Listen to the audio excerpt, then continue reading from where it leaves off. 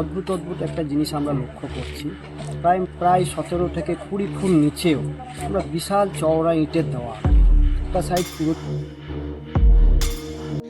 মাটির 20 ফুট নিচে মিলল হাজার বছরের প্রাচীন নির্মাণ। আর সেই আবিষ্কার ঘিরেই ফের চর্চার কেন্দ্রবিন্দুতে উঠে এলো বীরভূমের ময়ূরেশ্বরের কোটাসুরের কথিত মহাভারত যুগের মদনেশ্বর শিব মন্দির। মন্দির সংস্কারের জন্য খনন কাজ চলাকালীন মূল মন্দিরের নিচে বড় আকারের প্রাচীন ইটের গাঁথুনির সন্ধান মিলেছে। এক ইতিহাসবিদ জানান, প্রাথমিক অনুমান এই ধরনের ইট মূলত দশম থেকে দ্বাদশ শতকের মধ্যে নির্মিত দেউল ধরনের শিব মন্দিরে ব্যবহার হতো। সেই হিসেবে এই নির্মাণ প্রায় 1000 বছরের পুরনো হতে পারে। এর আগে একই খনন কাজে একটি শিবলিঙ্গ উদ্ধার হয়েছিল। মন্দির কমিটির দাবি, মাটির নিচে আরও বড় কোনো প্রাচীন স্থাপনা লুকিয়ে থাকতে পারে। তাই প্রত্নতত্ত্ব বিভাগের কাছে বৈজ্ঞানিক খনন ও তদন্তের দাবি জানানো হয়েছে। স্থানীয় জনশ্রুতি অনুযায়ী মহাভারতের অজ্ঞাতবাসের সময় দেবী কুন্তী ও পঞ্চপাণ্ডব এই এলাকায় ছিলেন। এখানেই ভীম বকরাক্ষসকে বধ করেছিলেন বলেও বিশ্বাস করা হয়। মদনেশ্বর শিব মন্দিরে সাম্প্রতিক এই আবিষ্কার ঘিরে ফের শুরু হয়েছে ব্যাপক চর্চা। Bureau report, Bolpur news.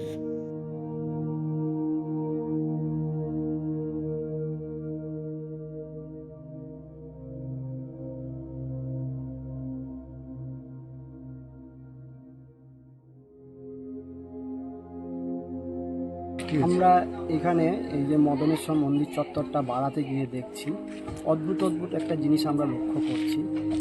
প্রায় 17 থেকে 20 ফুট নিচেও আমরা বিশাল চওড়া ইটের দেওয়াল, একটা সাইড পুরোটাই দেওয়াল, এই মাঝে যেগুলো দেখছি সেখানেও চওড়া চওড়া দেওয়াল। আমরা ইটগুলো মেপে দেখছি কোনোটা 17 থেকে 18 ইঞ্চি পর্যন্ত লম্বা, চওড়ায় 10.5 ইঞ্চি, যা এখনকার ইটের প্রায় 3টে ইটের থেকেও আমাদের লম্বা বেশি। চওড়ায় 3টি ইট থাকালে যতটা হবে একটা ইট তার থেকেও লম্বা, এবং পুরো জায়গাটা জুড়েই দেওয়াল। কি চাইছেন আপনারা? আমাদের তো আমরা সবাই জানি এখানে যে একটা গড় আছে, এই আমাদের কোটাসুর গ্রামের চারিপাশে গড়, প্রাচীর গড় যেটা বলা হতো আগে, সে তার মধ্যে একটা রাজাদের রাজধানী ছিল। সেটা যে কোনো সময় আমাদের যে কোনো কারণবশত সেটা যে চাপা পড়েছে, এই বিষয়ে আমরা সবাই নিশ্চিত। কারণ এই গড়ের ভিতরে যেখানেই খুঁড়বেন সেখানেই এরকম চওড়া ইটের দেওয়াল হোক, ইটের টুকরো হোক পাওয়া যায়। কিন্তু এখানে খুঁজতে গিয়ে আমরা বুঝতে পারছি যে মূল মন্দিরটাই মন্দির নয়, আরও নিচে মন্দির হোক বা কোনো কিছু অংশ হোক বা কিছু হোক অবশ্যই ছিল, যেখানে নইলে এত বড় বড় দেওয়াল সেখানে কিন্তু এখনও পাওয়া যাচ্ছে। আরও গভীরেও আরও খুঁড়লে আরও পাওয়া যায়। এটা কি মনে হচ্ছে যে কোনো ধ্বংসাবশেষ ছিল, না এখানে দেওয়াল তুলে এই মন্দিরটা তৈরি করা হয়েছে? দেওয়াল তুলে নিশ্চয়ই, অত নিচে থেকে দেওয়াল তুলে যে এই মন্দির হবে এটা আশা করা যায় না। ধ্বংসাবশেষ তো অবশ্যই ছিল, কারণ এই গ্রামে যেখানেই খুঁড়বেন আপনারা সেখানেই দেখবেন এইরকম দেওয়াল পাওয়া যাবে, কুয়ো পাওয়া যাবে, এবং বিভিন্ন রকম।